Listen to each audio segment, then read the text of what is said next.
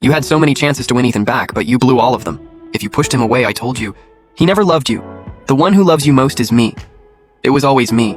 He screamed at the top of his lungs, trying to make them turn around. But all Sophia and Olivia had in their eyes was coldness enough. Liam, we still have a place in our hearts. Then the two of them left Ethan standing right there. Without a second thought, they went to drop out of school. Ethan collapsed on the ground in a total mess. His heart was racing with panic. Losing the funding alone was enough to destroy him. He got way too used to the rich life falling back into the gutter. It was absolutely impossible. Without money, even surviving would be a struggle. Ethan started to feel a wave of regret. He scrambled to his feet, grabbed the cards Sophia and Olivia gave him, and rushed to the bank. I need to withdraw cash. As much as possible, he punched in his PIN in a panic.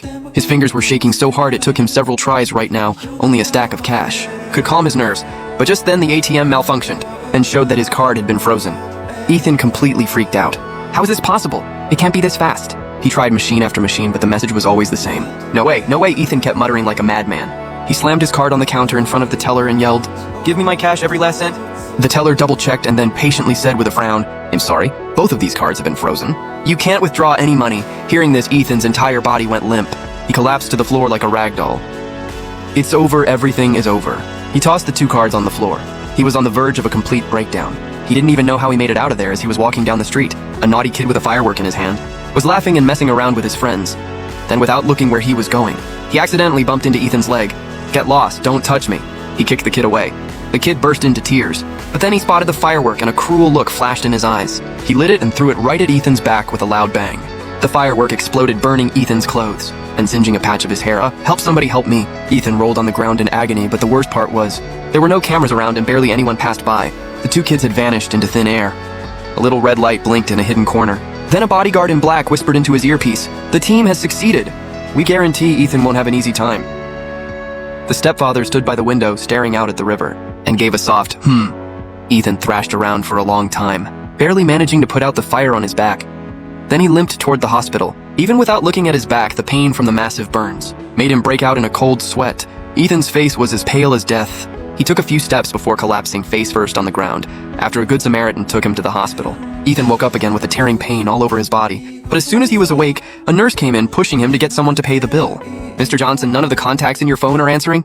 The surgery and hospital fees need to be paid immediately. Otherwise, the rest of your treatment can't be completed, and you won't be able to stay here for care." Ethan groaned in unbearable pain. He called Sophia and Olivia one after another, begging them to help him out one more time. His own family was totally useless. He was lucky they weren't asking him for money. There's no way they'd pay his medical bills. He lost count of how many times he called Sophia and Olivia, before someone finally picked up. "What do you want?" Sophia's cold voice came through the speaker. "Sophia, please. I'm begging you. Save me. I got burned by some kid with a firework. I'm in the hospital now and can't afford the surgery. Please just help me one more time. What happened before was my fault, but I couldn't have predicted how Liam would react. You guys tried it before and it worked, didn't it? Please, I beg you." Ethan repeated his pleas over and over, until his voice went hoarse. Only then did Sophia on the other end finally speak up. "Oh right, I almost forgot. You did so many terrible things to Liam. Our methods were way too soft on you. And now you have the nerve to dream about coming to me for help." Olivia beside her also said harshly, "You deserve to pay back 1,000 times over for hurting Liam." With a beep, the call ended. The last shred of hope in Ethan's eyes vanished. He didn't want to become a monster, so he used all the savings he had from the year to pay for surgery. But because of the limited funds even after the surgery, he could never return to the way he was.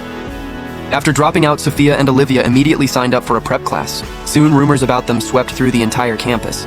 Almost everyone was talking about how foolish they were, professing their love on the first day of school to someone who wasn't even at that school. Someone in the know even leaked Ethan's story.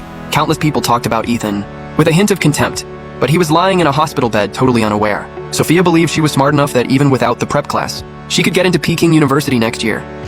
The prep class was just for show. Even though Olivia's grades weren't as good as Sophia's, she naturally wasn't worried either. If she couldn't catch up to Sophia, she could just hire a tutor. So the two of them rushed off to Peking University in Beijing.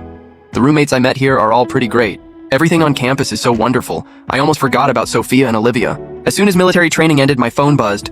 My roommate started teasing me. 'Is that hot senior asking you out to dinner again? Seriously, when are you guys gonna get together?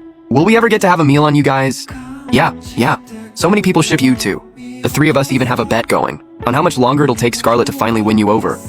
They were all goofing around, talking all at once. My cheeks turned bright red. "Okay, enough, I haven't decided yet. Besides, I'm just grateful for all the help she's given me after I brushed off my roommates." I stood outside the dorm craning my neck to look around, but I didn't see Scarlett anywhere. Just as I was starting to wonder, a girl I had helped during training showed up in front of me holding a bouquet of red roses. "Hey, Liam. I really like you. Can I go out with you?" The shy girl stammered out the words she had kept in her heart for so long. A bunch of students behind her were cheering. "Say yes." But I turned her down straight and firm.